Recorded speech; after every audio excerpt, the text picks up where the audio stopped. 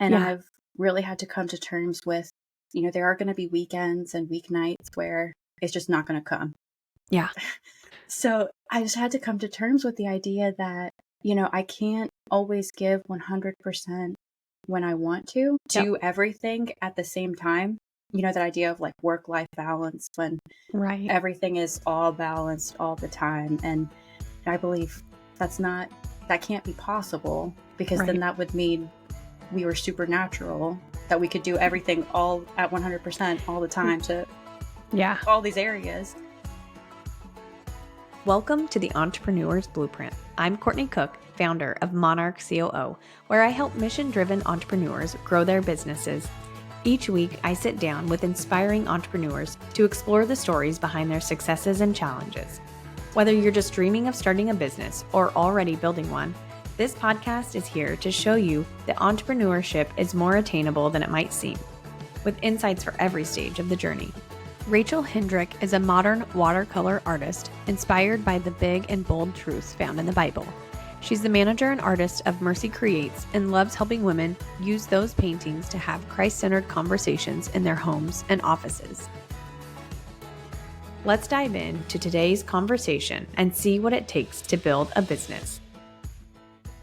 Rachel Hendrick, owner and artist behind Mercy Creates, is with me today, and I'm excited to have you on the podcast. Thank you so much for joining me, Rachel. Absolutely. Glad to be here. Thank you. We just finished up a project together, and you were such a joy to work with. And the more I learned about your business, the more I was inspired by what you're creating. And I think what's so special about it is that it's technically your side hustle, and I wouldn't want that to diminish how much you're doing with it. And I think your story will inspire so many of my listeners. So, will you walk me through all that you do with your business and who you serve? Absolutely. So I've been doing this for about 7, going on 8 years now, and Wow. I love to serve Christian women primarily. I create watercolor artwork inspired by Bible verses and Bible verses only. So it's one of our core values that if it doesn't have scripture on it, or it's not inspired by scripture, then we don't sell it. And I just really love to connect watercolor art and God's word, and hope that that helps create those Christ-centered conversations for women in their homes and offices. Because I think art can really be that Trojan horse almost of that stepping point or conversation point of, well, what's on your wall? How did you get this? What does this mean? And then that can then lead to a gospel conversation. I think we put a lot of pressure on ourselves sometimes of like, oh, I have to know the right verse and I have to know the right words and the right order and be like very present and hope I don't get it wrong. But we can use other objects and items and people and events to just kind of help start that conversation. Yeah, absolutely. So what did it look like to just kick off your business? How were you selling your art? Have you always been online, or what has that looked like? So when I first started, it was on Etsy, Okay. and it was, I want to say maybe 10, 15 art prints that I was doing. At the time, I was doing the 30 days of Bible lettering challenge on Instagram. Oh, cool. And that's where I really got the, prompts and just trying to figure out my artistic style to put with it. So it was such a little baby business. And at the time, we didn't have any money to like really invest in it. We invested maybe about $25. Mm-hmm. So I got those free Etsy credits, free Yeah. listings, that $25 to put towards those listings and hopefully some of those orders and shipping and everything. But really, the main reason I started the business was to help fund our, debt-free journey. There Mm. was a point when I was like, I got to do something. I got to figure out do like something extra on top Yeah. of the work and the jobs that my husband and I were doing at the time. It was like, I'm not doing enough. I felt that pressure and Mm-hmm. that stress. And I knew I could sell my art. I just had to focus in and narrow down with what it is that I was going to create and who I was going to serve and where I was going to put it. So that's where I landed on Etsy, because that was Yeah. a nice I think it's just a good like gateway Yeah. platform to selling and figuring out, does this work? Mm-hmm. Can Yep. can I really do this without a lot of that financial commitment that a Yeah. main website or, in-person marketing with festivals and pop-up shops can really ask of you. Yeah. Yeah. That makes a ton of sense. That's awesome. So, was there a turning point or some sort of aha moment where you were like, oh, this might work and maybe I should do more than just Etsy? I would say it was probably that first sale that didn't come from one of my friends. Yeah. It was just some random stranger. Yeah. You're like, who was that? Yeah, I was looking at their profile and wondering, like, Yeah. who are you? Are you a real Yeah. person? Is Nice. this real or is this a scam? Am I going to get Uh-huh. reported? What's going on? So it was one of those, and I was like, okay, I think I can do this. It will work. So I started, moving forward with that collection of, now I call it Breathing His Word. So it's Bible Oh, cool. verses around floral wreaths, um, inspired by the 30 Days of Bible Lettering Challenge. So I started doing that more, adding more verses that inspired me and came from my personal Bible. And I thought I can keep doing this. These ladies are loving these florals and they're loving Yeah. these Bible verses, and I think I think this will work out. Yeah. I think we can move forward. So have you been doing that 30-day challenge since the beginning, or is that something that's happened at a different time? So that was the main uh, starting point, I Okay. think, for Mercy Creates. And Got then it. from there, I started moving into other Bible verses and passages that really connected and inspired me. Yeah. I moved away from the 30 Days of Bible Lettering Challenge because there were some verses that were listed as the prompts that I just thought, this isn't contextually accurate. Yeah. This Yep. this isn't something that I feel comfortable selling. They're Yep. popular, but they're not true to God's word. Yeah. And I really wanted to focus on the integrity of making sure that what I was presenting not only impacted my life and meant something to me, but was also taken in context Yeah. of the whole chapter, the whole book, the whole Yeah. Bible. Yeah. Yeah. That makes a lot of sense. So have there been any unexpected challenges that have come your way as you've been building your business?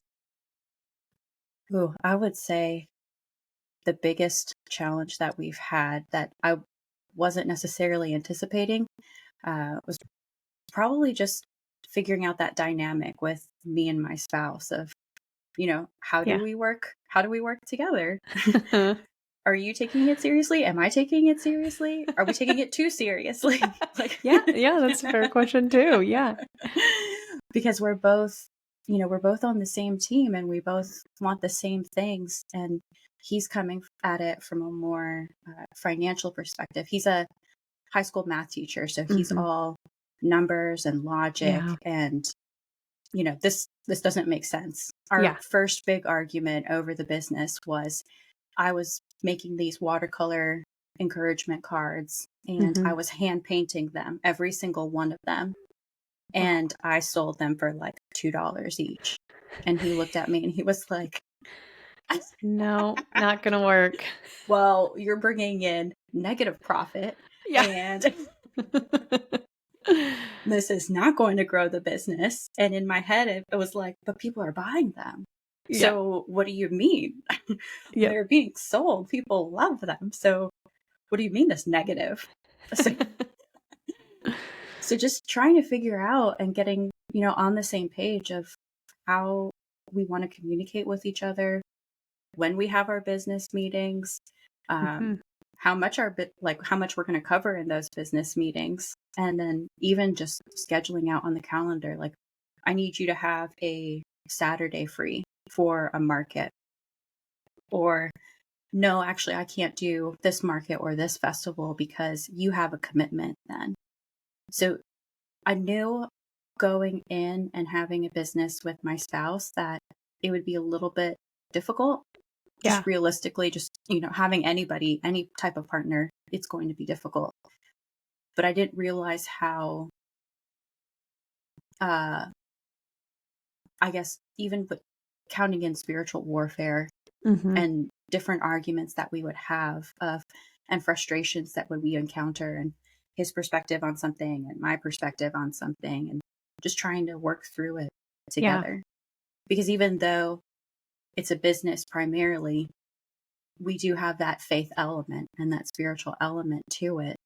So we are facing some greater Mm-hmm. stress and greater pressures than, I don't know, I just something, there's just a different element to Yep. doing business with your spouse. That's also a faith inspired business with your Yep. spouse. Yeah. Yeah, absolutely. That would be a struggle. And I think it's really commendable, though, that you two are working at it together. Like, it's not just yours, your baby, it's the two of you together, which, ultimately in the long run probably has made it stronger and made it better. Not to say there hasn't been tough times. Mm-hmm. So that said, what motivates you to keep going, especially when you're just feeling like I'm so run down? You've been doing weekend after weekend of festivals or markets. And this isn't your full-time job, but it still makes up a good amount of revenue for your family. So Mm-hmm. what do you do to keep that motivation going? Oof. Oh. Convicting. Yeah. Well, there's a lot of breakdowns and there's a lot of crying. Yep, it happens to all of us. But there are days when, I just feel so frustrated and so tired and I'm like, what am I even doing? What's going on? Yeah. And in those moments, like I just say a little prayer, I don't think it's ever wrong to just pray, God, I just need a little Hmm. bit of encouragement today. Yep. I just need something. And almost within that same day, anytime I prayed that, I've had some email or some Instagram message or some review or comment that's like, thank you for doing this. I appreciate, the beauty that you're putting out in the internet right now. Hmm. Or, this really inspired me to be a little bit more bold with my faith. And thank you for sending this email out. It really resonated with me. So it's that aerial perspective that I try and take with the business of, yes, it's financially bringing in money and helping us, but the greater purpose is ultimately to encourage women. And our first mission statement was strengthening with you with scripture so you can encourage others. So that's been Awesome. kind of the goal of it, is remembering we're doing this business to encourage women, and as long as we're encouraging them, we're successful. That's what we have to keep our eyes on. Yep. Yeah, I love that. So did you always know that you wanted to be an entrepreneur, or have you ever like had your sights set on like I might own my own business someday? And what about your husband? Uh, I don't think my husband ever knew that that was on the radar in Yeah. his like upbringing and story and everything. We met in college, so his Okay. elementary, high school life, college life, it probably wasn't. Yeah. It wasn't a thing. Yeah. And for me, my first job, I wanted to work in a candy store because I just thought, how cool would it be to work in a candy store with Yeah. all these colors? And I love candy, so why not? Yep. It was in the era of Lisa Frank, so it just had Yes. to. Yes. If you weren't rainbowing everything, then Yep. what were you doing with your school notebooks and stuff? Yeah. So that was a moment, I think, when looking back, you just see like those Mm. little those little nudges from God and the spirit, like, oh, maybe try this, or maybe Yeah. this is kind of the direction, and maybe this, and maybe that. So I knew I always loved color and being artistic and being creative. And I want to say it was when I was 12 years old, I was doing a missions trip with my church at the time. And I had to raise my own funds. Oh, And so cool. what I did was I purchased those 99-cent composition notebooks, those black and white ones. Yeah. And I drew like a basketball and put name at the bottom on printer paper. and then folded it and taped it over the composition book. And then I was selling those to my Sunday school friends at like That's awesome. $4 a notebook. And then I even got like the smaller pocket-sized composition Yeah. notebooks, that were like at the time 40 cents. And I was like, Yeah. you can have a mini version too. Hustling. So I was trying to make, those multiple sizes and those, I even had like, I forget what they're called. It's not a call sheet, but like one of those like for like inventory sheets and everything that the wholesale accounts would give to distributors, like, oh, these many. That's awesome. So at that point, I was like, I like money. I do like money. Yes. I like making money. This is fun. This like sparks something where you're like, ooh, I can do this. I like this. I think I can do this. And I think I maybe sold one notebook. My parents funded the missions trip. Plot twist. None of my work at 12 years old did anything for that missions trip. But that was another moment that I was like, why don't I just keep this in the back of my mind? And so from that point on, it was, let's try and get better at art. Mm-hmm. Let's try and like hone that skill and hone that craft and learn as much as you can and just try doing different things. So in college, I studied graphic design, fine art, and then I have a minor in marketing. So I was like, I can do this art thing, and I can try and figure out how to sell this art thing, and then I think we can try and make it happen. So in your full-time job, do you do that? Do you use your degree, your art? Do you get to do that on a full-time basis too? Okay, awesome. Yeah. So I'm a senior graphic designer for a nonprofit. So I'll do computer work Monday to Friday for 40 hours. And then I'll do the fine art work weeknights and weekends when I can. Nice. So I'm truly so grateful and so happy to be, working and doing this all the time.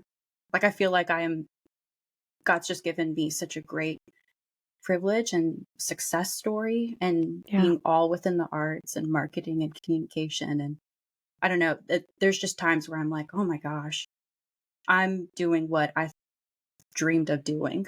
What little baby Rachel dreamed of doing and graduating with, and I get to do it all the time. Like it's just an amazing concept to me that that's what my life is like right now. Yeah, that's really neat. What's it like to go on the weekends and do markets and things like that? That like physical interaction, I would personally probably struggle with it a little bit because I'm such an introvert, or I would say an extroverted introvert. But what's that like to just share what you're doing like in the flesh with people?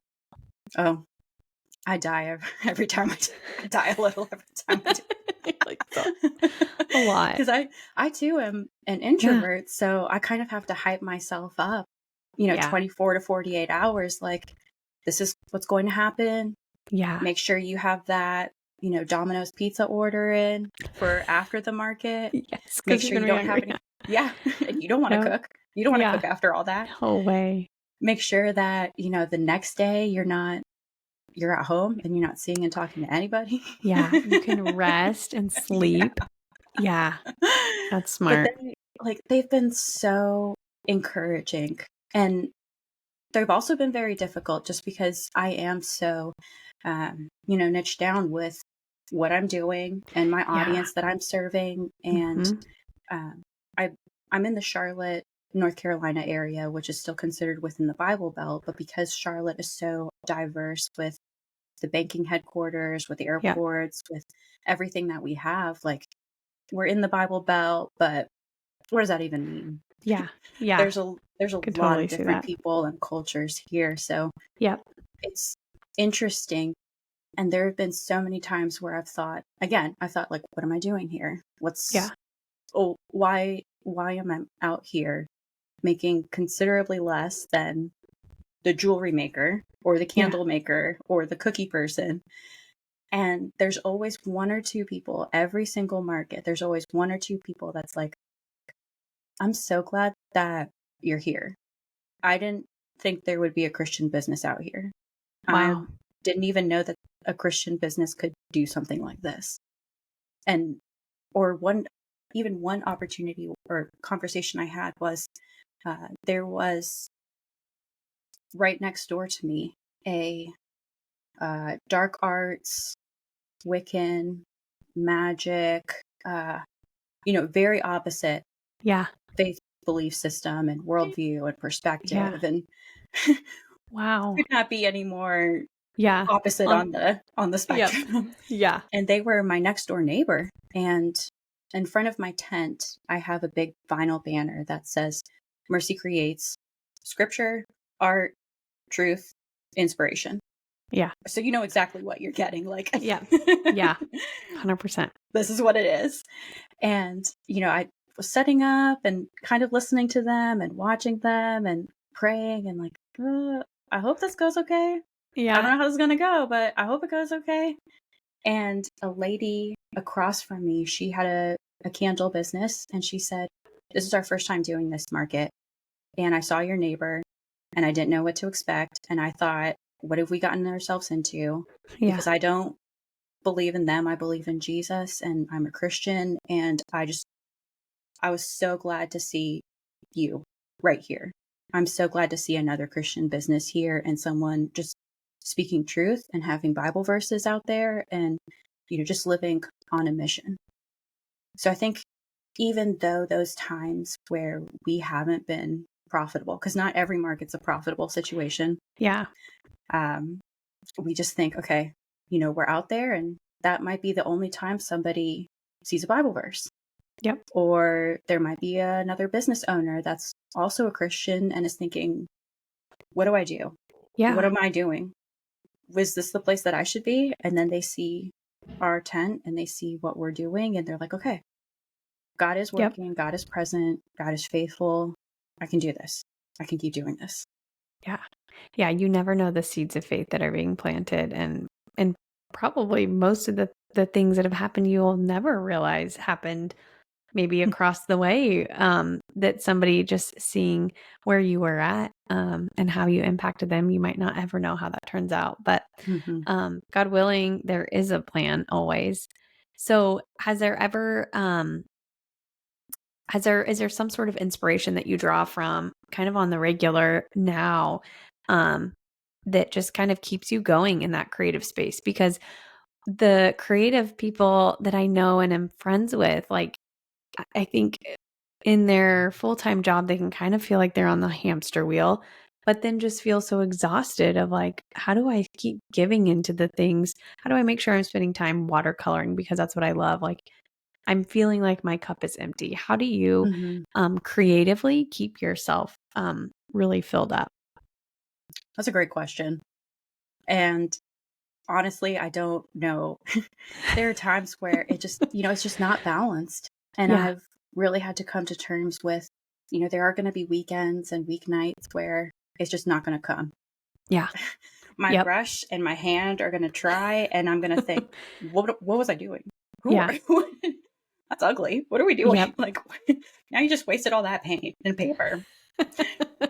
So I just had to come to terms with the idea that, I can't always give 100% when I want to Yep. everything at the same time.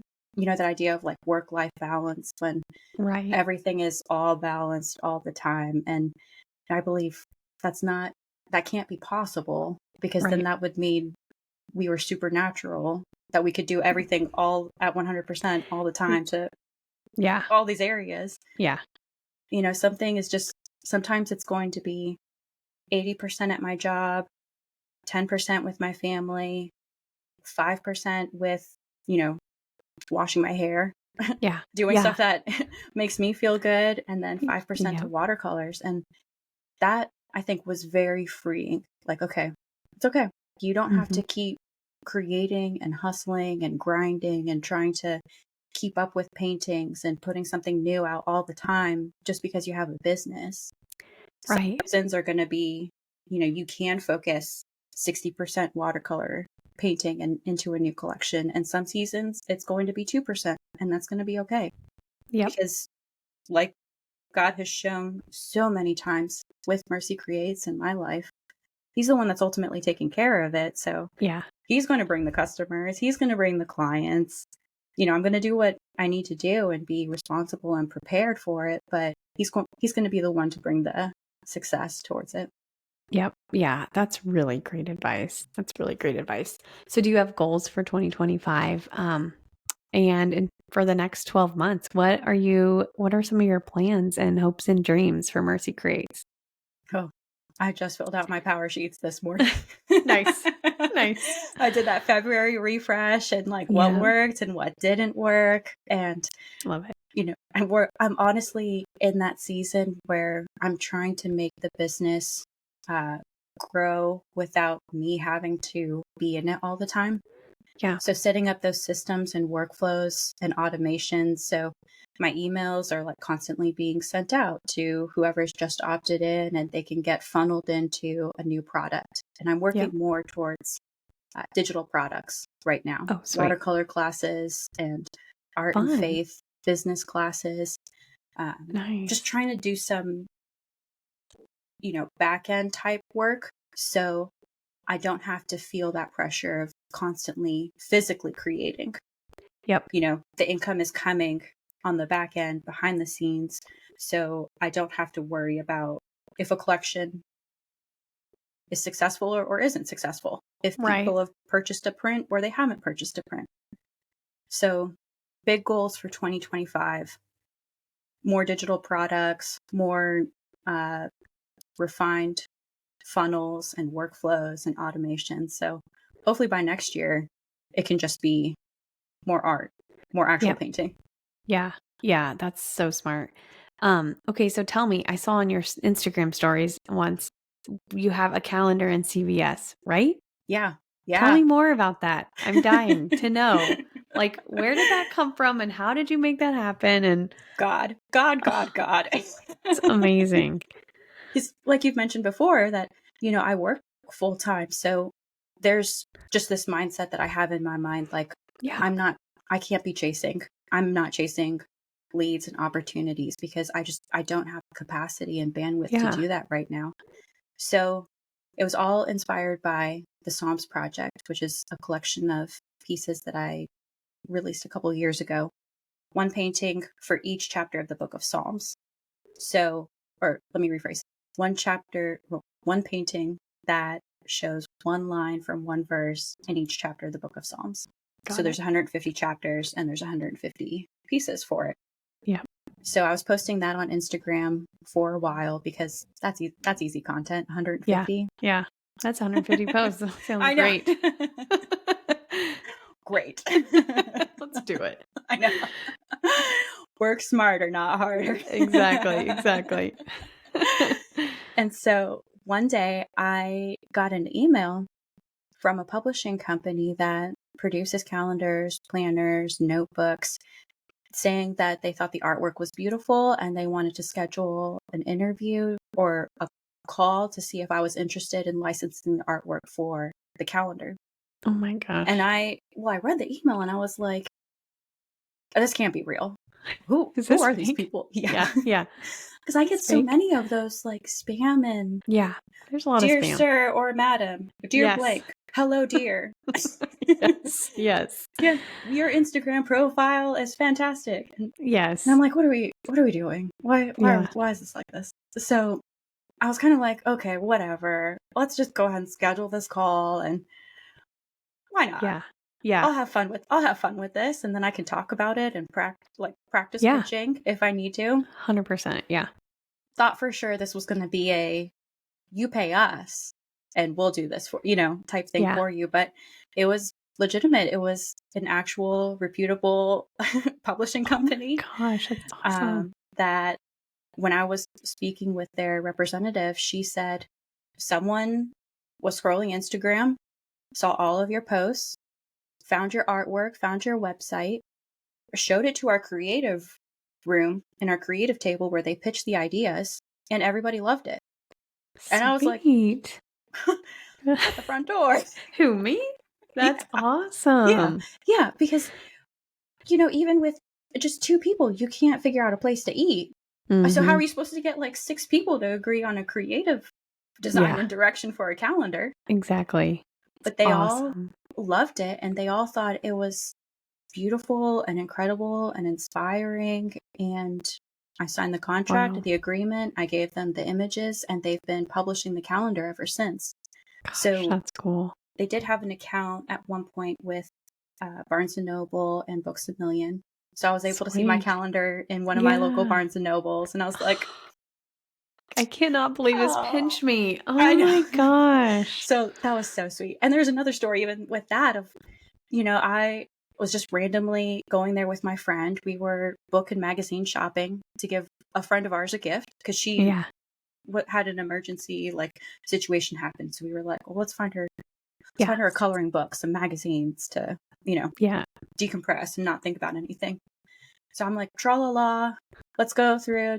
Let's just see if there's the calendars here. And I'm Yeah. spinning the rack and I see my calendar and I scream because Like, what? Yeah. I wasn't expecting that.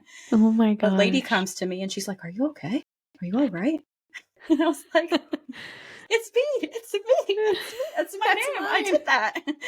And she Oh was my so gosh. surprised and she was so sweet. And she said, "I'm going to buy your calendar." And I said, Oh, "Okay, here it is." that's awesome. So me and my friend are starting to check out and everything. And then she found us in the checkout line and she said, "I just love what you're doing. I read this calendar even more. I read the description." Oh, And she said, "I'm going to buy one for my friend too, because she's just going through a difficult time and she would be so encouraged by this also." And I was like, "This that's is amazing. awesome. Yeah. Dang, what do I Yeah. do?" The tears are falling. Oh, Yeah.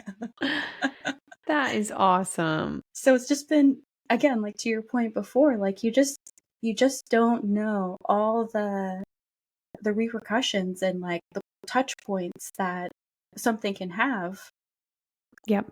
that God has just told you to do. When you're faithful and obedient and you do what he's telling you to do, he's going to bless it. And Yeah. I'll probably never see all of the ways, but just having those little moments, it's like, okay, we can do this. I think I can. I think I can. I think I can do Yeah. this. Yeah. So encouraging. Oh, that's awesome. So, what has been one of the most rewarding parts of being a business owner? Oh man, just living the dream. Yeah. I'm so incredibly grateful to just be doing what God made me to do every day, even in my nonprofit work and in Mercy Creates. It's just Hmm. been so rewarding to be able to just think back, like, this is my job. This is what I get to do. I'm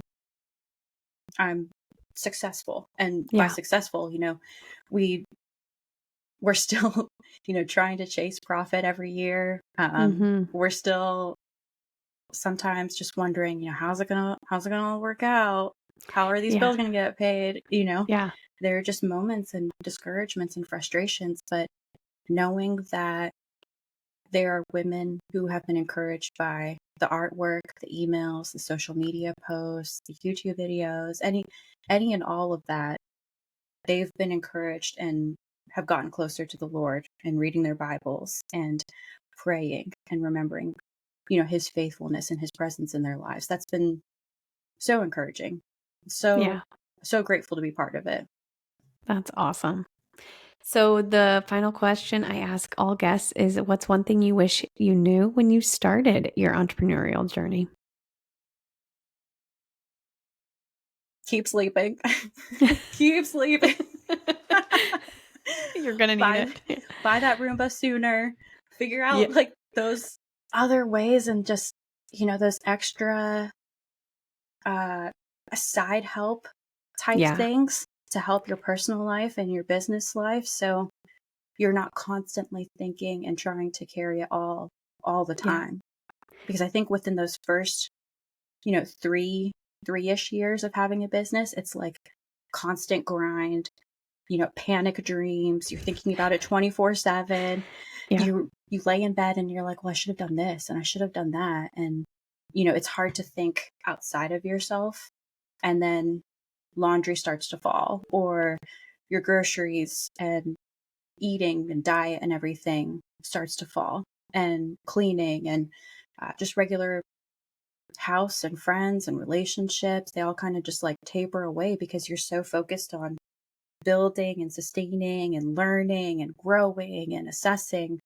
So just Yeah. figuring out and trying to bring in those side help things that could make the day to day and those hours just a little bit easier. Like right now, we have, we have a Roomba that sweeps our floors.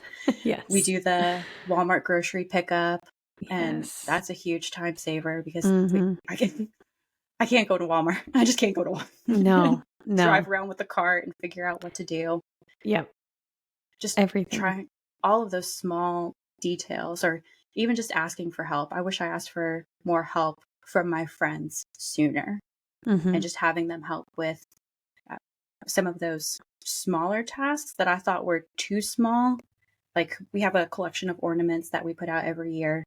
So I need somebody to, hook the ornaments together and tie the ribbon. Yeah. And my friends are totally willing and would love to help me in that way. But in my thought process was, oh, this is kind of dumb. Yeah. This is, But they probably would. Yeah. but Let's they have love an it. ornament tying party. Right. And I'm just thinking like, well, this is too small of a task to ask Yeah. somebody else to do it, that I can do it. Yeah. But I don't want to do it, but I don't want to ask them to do it. Right. Because then they're going to think, well, why can't you tie your own ribbon? Yep. Because you also have another job. I know. What? Yes, you're very busy. So if people want to reach out or shop your store, how can they find you? The best place to find me is mercycreates.com. And I'm also alive and active on Instagram. I love being on Instagram.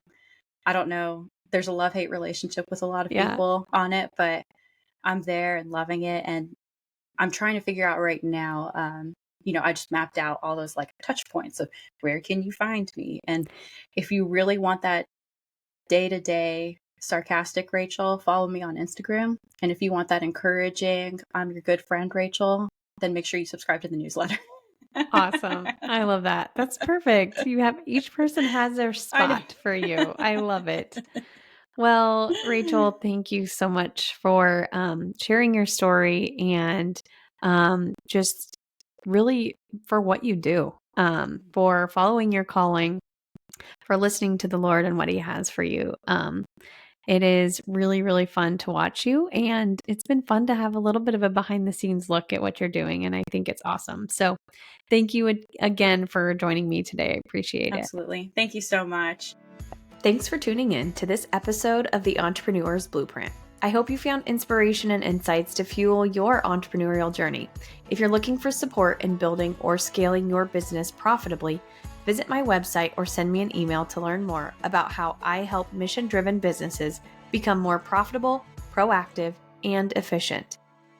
If you enjoyed today's episode, please take a moment to leave a review on Spotify or Apple Podcasts. It really helps other entrepreneurs discover the show, and it would mean so much to me as well. Until next time, keep building, keep dreaming, and keep going.